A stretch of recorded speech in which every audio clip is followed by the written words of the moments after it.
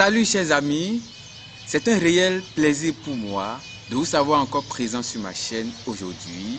Franck Ozias à votre service. Comme nous avons déjà commencé ce cheminement vers nous-mêmes, pour toi et pour moi, comment pouvons-nous découvrir notre passion? Pour découvrir notre passion, nous avons deux instances. La première instance, qui est à divers niveaux, nous est extérieure, mais profondément liée. Et la deuxième instance nous est totalement intime et intérieure. Pour la première instance, il faut mettre à tout premier niveau la famille qui nous reçoit, la famille dans laquelle nous avons la vie, et qui nous éduque et qui nous fait mouler dans une expérience de vie donnée. Et ensuite, il y a la communauté religieuse qui met en cohérence notre vie avec une vie de foi, avec une vie de grâce, avec une vie spirituelle bien donnée. Et ensuite, il y a l'école où les éducateurs se forcent au quotidien à réveiller en nous les ressources intellectuelles qui sont en nous, à raviver en nous les ressources de notre esprit humain. Et il y a par la suite nos amis qui nous entourent de leurs affections, qui nous entourent de leurs conseils aussi, et qui nous entourent aussi par moments de leurs hésitations, de leurs limites, ce qu'on ne peut pas refuser. Et il y a nous-mêmes, nos propres expériences de vie, en bien comme en mal, nos erreurs, nos échecs.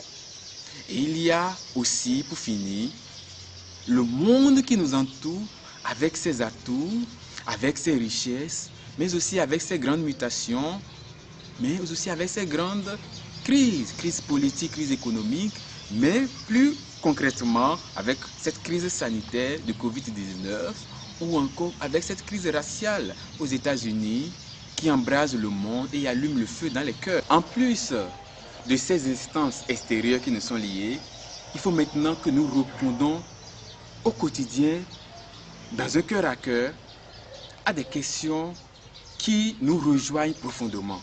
Et c'est là que vient l'instance intérieure. Alors, la première question, c'est de répondre avec honnêteté et vérité à ce que j'aime faire réellement. Qu'est-ce que j'aime faire réellement? Dans quoi je me sens réellement? La deuxième question, c'est quelles sont les opportunités qui soutiennent donc ce que j'aime faire réellement? Et la troisième question, quels sont mes talents, mes dons, mes qualités, les forces intérieures qui sont à moi et que je peux développer encore? Parce que tous nous en avons.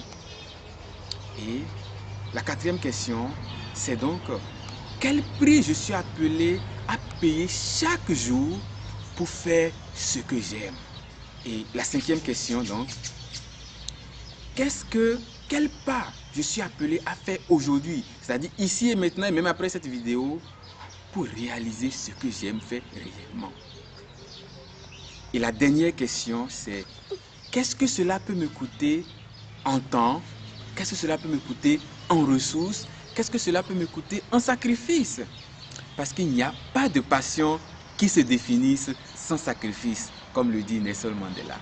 Alors, dans la mesure où nous sommes capables de mettre nos ressources extérieures qui nous sont intimement liées et les ressources intérieures aussi à travers la réponse honnête et vraie à ces questions-là, qui va prendre du temps, mais qui va venir, alors nous commençons par définir doucement ce que je peux appeler nos passions. Et cela est très important. Toute vie qui veut aller de l'avant, toute vie qui veut marquer son histoire passe nécessairement par la définition de ses passions. Il faut toujours s'engager à tout faire. Donc la passion n'est pas une garantie. Il nous faut donc nous engager à définir nos passions, à connaître nos passions et vivre de nos passions, vivre de cette réalité. C'est exactement ce que Beethoven a fait en transformant le monde de la musique avec son piano. Et aujourd'hui, ce grand Allemand a révolutionné la musique de toutes les cultures. C'est ce que Mère Teresa aussi a fait en quittant sa première congrégation, Notre-Dame de Lorette, pour une autre congrégation qu'elle a fondée elle-même pour s'occuper des pauvres et des malades. Et Dieu seul sait combien elle a transformé et donné de l'espérance à tant de pauvres et de malades, à tant de lépreux. C'est ce que Emilia a fait en quittant l'infirmerie pour l'aviation, en devenant la première femme mondiale à conduire pour la première fois l'avion, à traverser l'océan Atlantique et à vouloir traverser tout le monde en perdant la vie dans la Guinée Nouvelle. Et c'est ce que tant d'autres aussi ont fait, en vivant de leur passion. Et je te demande aussi de définir tes passions.